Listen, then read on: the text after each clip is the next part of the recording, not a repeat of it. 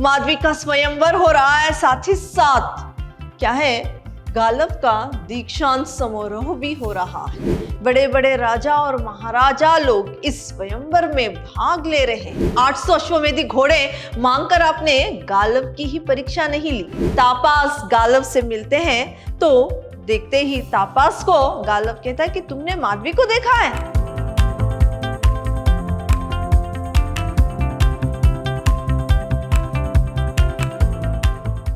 प्रणाम, मैं Rihanna yes, अति उत्तम विद्याश्रम की हिंदी प्रवक्ता। मेरे बीबीए के फोर्थ सेम के जितने भी विद्यार्थी हैं, जो आपके लिए नाटक माधवी है उसका जो तीसरा अंक है, तीसरे अंक का जो तीसरा दृश्य है, इसके बारे में आज मैं आपको जानकारी दूंगी। पिछली कक्षा में आपको जो माधवी नाटक है यहां तक हो गया था, अंक तीसरा दृश्य 2 में, कि जो माधवी है यानी 600 अश्वमेधी घोड़े जुटाने के बाद और 200 घोड़ों के लिए बिना बताए गालव को यानी विश्वामित्र के पास आती है और विश्वामित्र को अपने आप को सौंपते हुए कहती है कि जैसे मैंने यानी 3 राजाओं के रानीवास में रहकर जैसे उनकी सेवा की और उनको मुझसे पुत्र लाभ भी हुआ, ऐसे ही मैं आपकी भी सेवा करूंगी। इस तरह से कहते हुए अपने आप को विश्वामित्र के पास सौंप देती है। विश्वामित्र माधवी को क्या है लेते हुए आश्रम के अंदर चले जाते हैं। यहां तक आपका जो माधवी नाटक है उसका तीसरा अंक और दूसरा दृश्य जो है हुआ था। अभी आगे प्रतिज्ञा पूरी हुई, देवियों और भद्र पुरुषों, मुनि कुमार गालव अपनी कठिन परीक्षा में उत्तीर्ण हुए। चारों दिशाओं में उनके नाम की धूम मच गई। आकाश से पुष्प वर्षा हुई। ऋषि विश्वामित्र को अपने शिष्य पर सच्चा गर्व होने लगा। जो कोई उनसे मिलता उसी से उनकी प्रशंसा करते। उधर दानवीर ययाति अपनी बेटी का स्वयंवर रचा दिया। चुन ले जिसे माधवी अपना वर चुनना चाहती है। ययाति सभी से यही कहते, विश्वामित्र ने गालव की नहीं मेरी परीक्षा ली है और मैं पूर्णतः उत्तीर्ण हुआ हूं। यह स्वयंवर भी महायज्ञ के समान है। वे सभी से कहते, हमने राजपाट त्याग दिया तो क्या, इस अवसर पर जैसा ठाट राजासी ठाट हमारे आश्रम में है वैसा किसी राजधानी में नहीं होगा। जब माधवी अपने आप को 200 घोड़ों के लिए विश्वामित्र को सौंप देती है तब गालव की प्रतिज्ञा पूरी हो जाती है। अब क्या है, गालव की जो प्रतिज्ञा पूरी हो गई तो क्या है, आकाश से पुष्पों की वर्षा होने लगती है। देवता भी क्या है अब खुश हो रहे हैं। फिर यहां पर जो चारों दिशाओं में क्या है उनके नाम की धूम मच जाती है। यानी यहां पर विश्वामित्र और गालव किस तरह से उनके यानी गुरु दक्षिणा को जुटाया है, ये बात चारों ओर फैल जाती है और ययाति की भी प्रशंसा होने लगती है, क्योंकि ययाति ने अपनी बेटी, एकमात्र बेटी को दान में दिया और यानी गालव की जो गुरु दक्षिणा जुटाने का साधन है वो सिर्फ माधवी ही थी।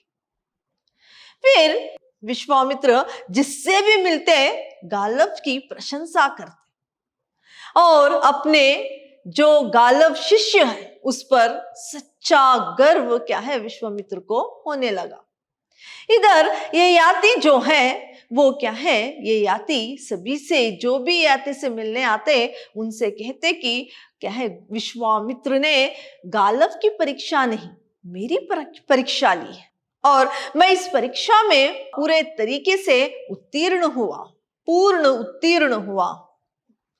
और फिर वो कहते कि ययाति क्या है राजपाट को त्याग दिया, लेकिन आज भी राजाओं जैसी ठाट उनके पास।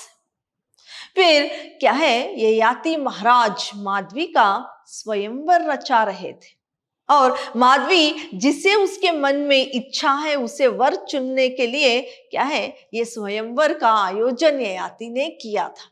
जो इस तरह से स्वयंवर रच रहा था आश्रम में, यहां पर राजमहल से भी ज्यादा ठाठ क्या है, राजमहल जैसा ठाठ जो है वो ययाति के आश्रम में मचा हुआ था। यानी ययाति के आश्रम में वैसा ही ठाठ देखने को मिल रहा था, क्योंकि आज जो है यहाँ पर ययाति जो है अपनी बेटी का स्वयंवर रचा रहे थे, साथ ही साथ गालव का दीक्षा समारोह भी था। आज ययाति के आश्रम में सचमुच बड़ी धूम है। माधवी का स्वयंवर होने जा रहा है, गालव का दीक्षांत समारोह भी यहीं पर होगा। एक पंथ दो काज, इसके बाद माधवी अपना वर चुनेगी, ययाति के मन की चाह पूरी होगी। यहाँ पर आज ययाति के आश्रम में बड़ी धूम मची है, क्योंकि माधवी का स्वयंवर हो रहा है, साथ ही साथ क्या है, गालव का दीक्षांत समारोह भी हो रहा है। फिर जो माधवी के मन में है, यानी जो माधवी जिसे चाहे उसे अपना वर बना सकती है, साथ ही साथ इसके साथ ययाति के मन की जो कामना थी वो भी पूरी हो रही है अपनी बेटी का स्वयंवर को रचाकर। अब जो है आश्रमवासी एक, आज ऐसा लग रहा है जैसे महाराज ययाति फिर से राजपाट संभालने लगे हो। जंगल में बसा महाराज ययाति का यह आश्रम बड़े बड़े राजाओं की ईर्ष्या का केंद्र बना हुआ है। आश्रमवासी एक यहाँ पर बताते हैं कि आज ऐसा लग रहा है महाराज ययाति फिर से राजपाट संभालने लगे हैं, और जो ययाति का आश्रम है आज दूसरे राजाओं के लिए ईर्ष्या का केंद्र बना हुआ है। सभी बड़े बड़े राजा और महाराजा लोग इस स्वयंवर में भाग ले रहे हैं, इस तरह से आश्रमवासी ये कहता है। आश्रमवासी दो, महाराज आज बड़े प्रसन्न हैं। उनकी जय जयकार भी तो पूरे आर्यवत में गूंज रही है। दो दो समारोह एक साथ, पहले मुनि कुमार गालव की दीक्षा, ऋषि विश्वामित्र स्वयं पधार रहे हैं, वही मुनि कुमार की दीक्षा देंगे। इसके बाद माधवी का स्वयंवर होगा। तो आश्रमवासी दो बोलते हैं कि आज तो ययाति बहुत खुश है, क्यों ना हो, उनकी प्रशंसा जो है समस्त आर्यवत में हो रही है। और यहां पर बताया जा रहा है कि स्वयंवर भी होगा और विश्वामित्र जो है स्वयं पधार कर गालव को दीक्षा भी देंगे। ये दोनों जो एक खुशी की बात है, इसकी वजह से ययाति का आश्रम जो है, आज ययाति के आश्रम में बहुत प्रसन्नता, बहुत खुशी छाई हुई है, धूम मची हुई है। फिर दसियों राजा महाराज स्वयंवर में भाग लेने आए हैं। राजाओं का ठाठ देखा। आश्रमवासी जो एक है बताते हैं कि बहुत सारे राजा महाराजा लोग यहाँ पर इस स्वयंवर में भाग लेने के लिए आए हैं, और फिर क्या है, आज राजाओं का वो ठाठ भी देखिए। मुख्य समारोह तो स्वयंवर ही होगा। वे राजा भी आए हैं जिसके रानीवास में माधवी रह चुकी है। हंसकर और तो और वे अपने बच्चों को भी साथ लेते आए हैं जो माधवी के गर्भ से उत्पन्न हुए थे। वो किस लिए, इसके क्या तुक है, स्वयंवर में बच्चों का क्या काम, माधवी के पुत्र को खड़ा कर देगा, यह सोचकर कि अपने पुत्र को देखकर माधवी उसकी ओर खींचे चली आएगी। मैं सोचता हूं माधवी अयोध्या नरेश हरियश्च को अपना वर चुनेगी। फिर आश्रमवासी एक बताते हैं कि यहां पर वो राजा भी आए हैं जिसके पास माधवी क्या है, उनकी रानीवास में रह चुकी है और उन राजाओं के पुत्रों को भी जन्म दे चुकी है। वो राजा लोग भी इस स्वयंवर में भाग ले रहे।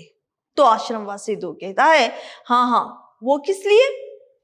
उनके साथ जो है बच्चों को भी लेकर आए जो कि माधवी के गर्भ से जन्म ले चुके हैं। तो आश्रमवासी दो कहता है कि हाँ, वो हंसते हुए कहते हैं कि इसलिए वो लेकर आए हैं कि जब उनके बच्चों को माधवी के सामने बच्चों को खड़ा कर दिया जाए तो क्या है, माधवी अपने बच्चे के मोह में शायद ही उसकी और खींची चली जाए। और ये भी आश्रमवासी दो कहता है कि ऐसा लगता है कि वो अयोध्या नरेश को अपना वर बनाएगी। आश्रमवासी क्यों भला? वो सचमुच माधवी पर मुग्ध है। माधवी का पहला पुत्र भी उन्हीं से हुआ था। बड़े पुत्र के प्रति अधिक मोह होता है। साहस शंखनाद सुनाई देता है। यह शंखनाद कैसा? कोई और राजा पधारे हैं बाहर की और देखकर नहीं नहीं, ये तो ऋषि विश्वामित्र बड़े बाजे खाजे के साथ आ रहे हैं। जब आश्रमवासी दो कहता है कि जब माधवी के सामने उसके बच्चे को खड़ा कर दिया जाएगा तो वो क्या है, उस राजा के पास खींची चली जाएगी। तो यहाँ पर एक आश्रमवासी कहता है कि हाँ, ऐसा लगता है कि अयोध्या नरेश को ही वो अपना वर चुनेगी। तो क्योंकि अयोध्या नरेश सचमुच माधवी पर मुग्ध है, साथ ही साथ क्या है, मां को अपने पहले पुत्र से प्रेम अधिक होता है। इस तरह से आश्रमवासी जो दो है वो बताता है। तभी वहां पर शंखनाद गाजे बाजे की आवाज सुनाई देती है और ऐसा लगता है कि वहां पर राजा महाराजा लोग पधार रहे हो। लेकिन विश्वामित्र क्या है, वहां पर पधारे हुए हैं गाजे बाजे के साथ। वो उनके आने का शोर चारों ओर फैला हुआ है। तभी आश्रमवासी दो, क्यों ये भी स्वयंवर में भाग लेने आए हैं, हंसता है। ऋषियों के मन की ताह कौन पा सकता है।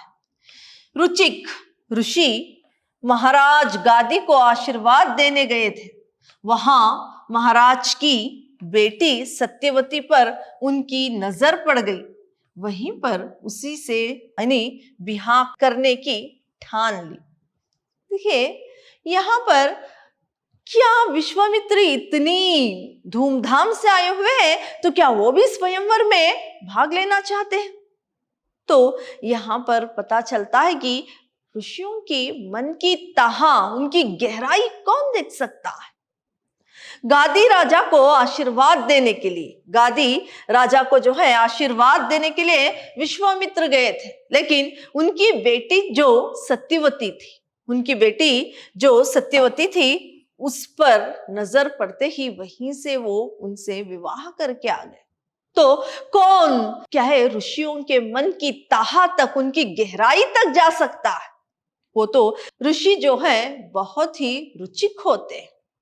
इस तरह से आश्रमवासी जो एक है वो बताता है। तभी ययाति और विश्वामित्र, ययाति महाराज जो है विश्वामित्र का स्वागत करते हैं और अब विश्वामित्र और ययाति के बीच में बातें शुरू होती है। ययाति, आपका शिष्य परीक्षा में उत्तीर्ण हुआ, महाराज बधाई हो।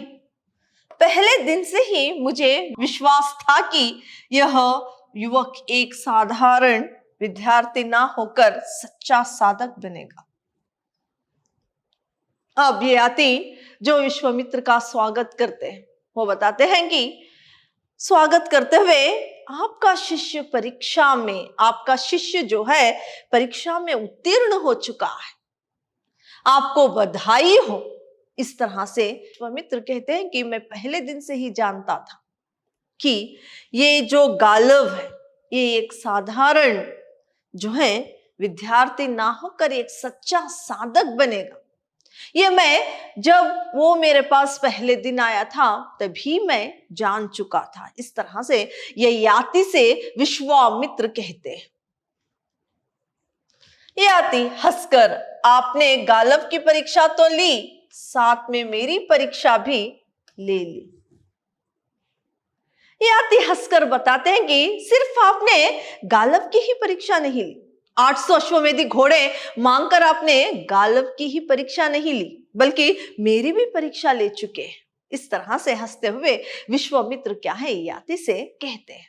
तो यहां पर विश्वामित्र, आपके यश की सुरभि तो देश देशांतरों में फैली है।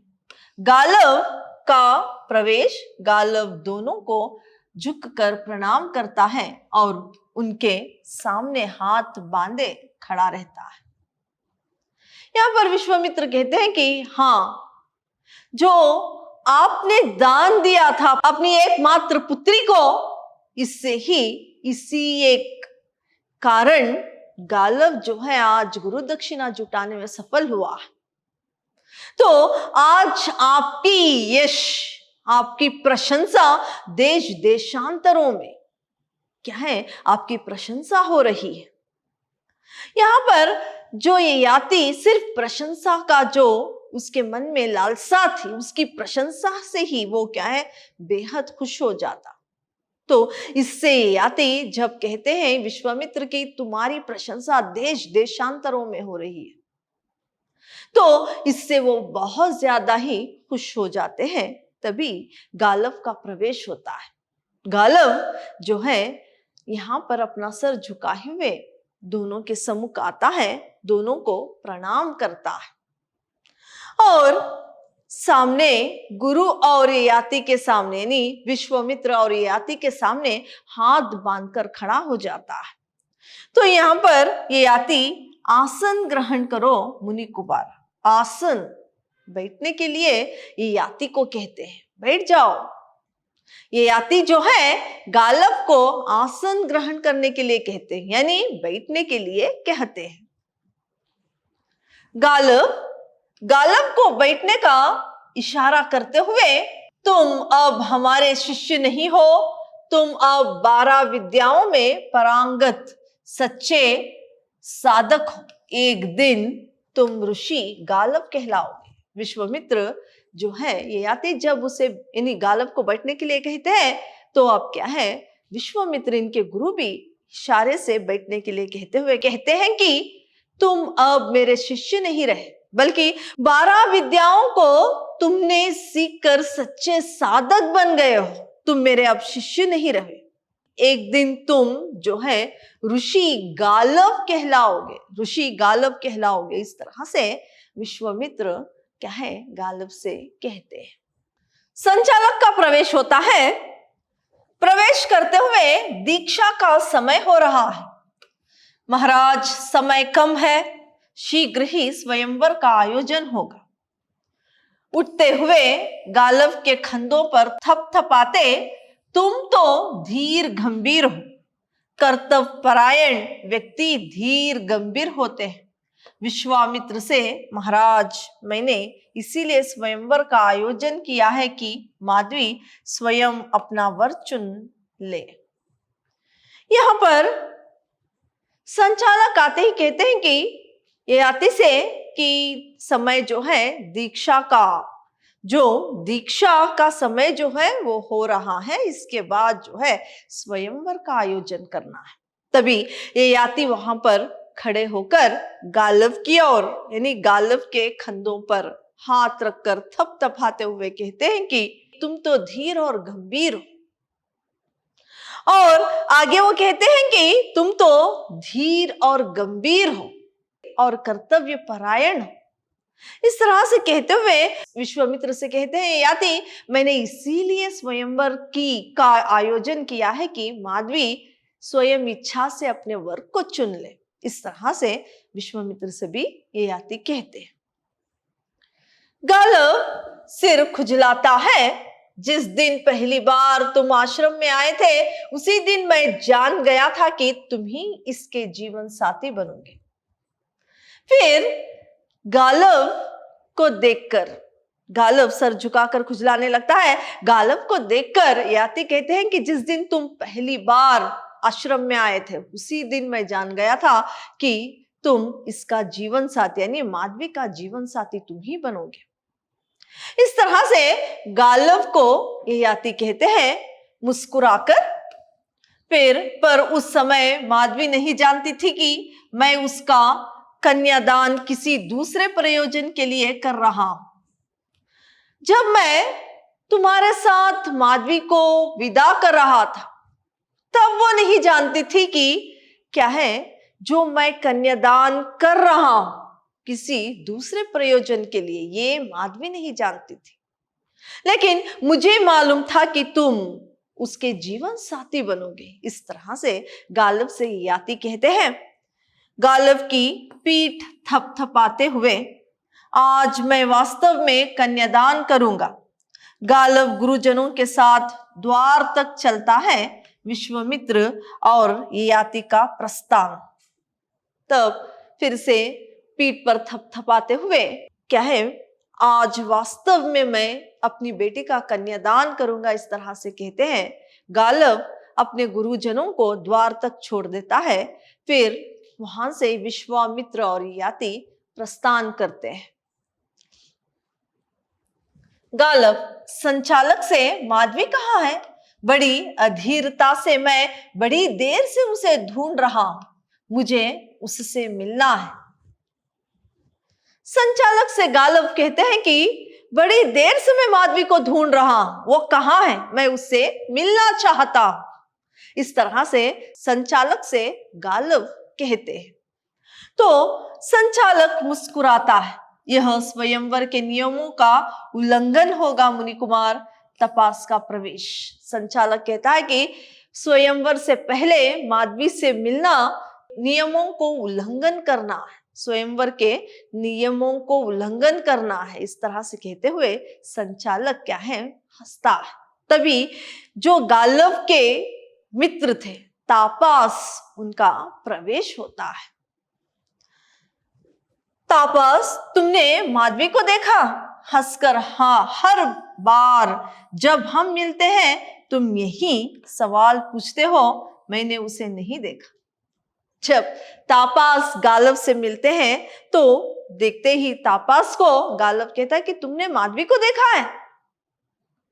तो यहां पर तापास हंसते हुए कहते हैं कि जब भी तुम मुझसे मिलते हो यही प्रश्न मुझसे करते हो, मैं माधवी को नहीं देखा, मैंने माधवी को नहीं देखा। इस तरह से तापास कहते हैं। मैं उससे मिलना चाहता हूं और यह सज्जन कह रहे हैं कि यह स्वयंवर के नियमों का उल्लंघन होगा, तुम उसे बुला लाओ। तापास, उसे पता तो चले कि मैं पहुंच गया हूं, 1 वर्ष से अधिक समय बीत चुका है, मैंने उसे देखा तक नहीं, जाओ।